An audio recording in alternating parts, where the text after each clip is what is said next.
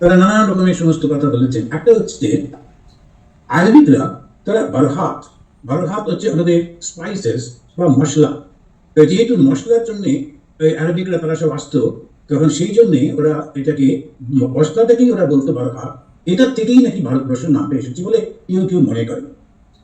ঋগ্বেদে আছে যে ভারতবর্ষের লোকেরা তারা ব্যাটল অফ 10 কিংস এ অংশ নিয়েছে। অর্থাৎ ভারতবর্ষের নামটা খুব প্রাচীন ঋগ্বেদেও আমরা এটাকে পাই।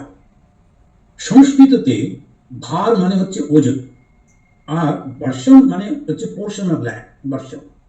তো যে দেশে লোকেরা ভার বহন করে, কি ভার বহন করে? অগ্নি। আমাদের দেশে এই আগুনকে বয়ে বয়ে নিয়ে যাওয়া হতো, এই অগ্নিকে এত সম্মান করা হতো। সেই অগ্নিটাকে বলতে গিয়ে উনি বলছেন যে এই অগ্নিকে বহন করতো বলে ভার বহন করত সেই যে জায়গাটি, তার নাম হচ্ছে ভারতবর্ষ।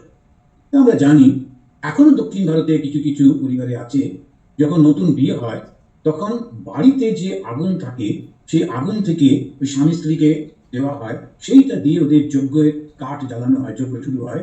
বিয়ে সম্পন্ন হবার পর তখন স্বামী স্ত্রীকে ওই আগুন দেওয়া হয়। এবার ওদের দায়িত্ব আগুন যেন নিভে না যায়, সেখানে অগ্নি চয়ন এবং অগ্নি রক্ষা, অগ্নিকে সৃষ্টি করা এবং তাকে রক্ষা করা, এটা গৃহস্থের কর্তব্য।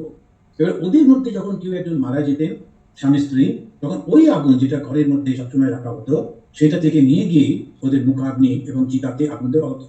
তো এই যে আগুনকে বহন করতেন সদা সর্বদা, তারই রেপ্লিকা দেখবেন এখনো, তার একটা সূচনা প্রত্যেকটি মন্দিরে দেখবেন একটা মোমবাতি বা বাতি দীপ জ্বালানো থাকে।